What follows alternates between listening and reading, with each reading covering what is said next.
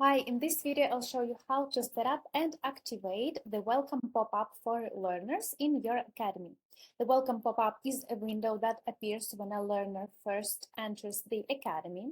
Until the learner provides the required information, they won't be able to continue using the Academy.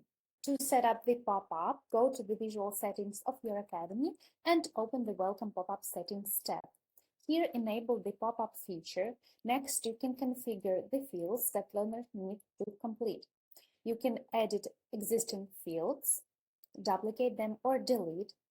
You can change their order, and you can create new fields as well.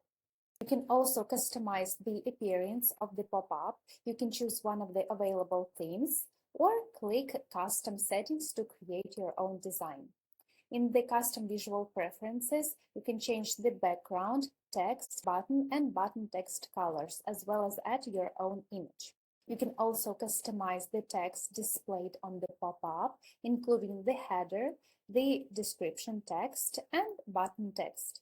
If you update the information in the pop-up and want learners to fill it out again, use the Display Pop-up Again option.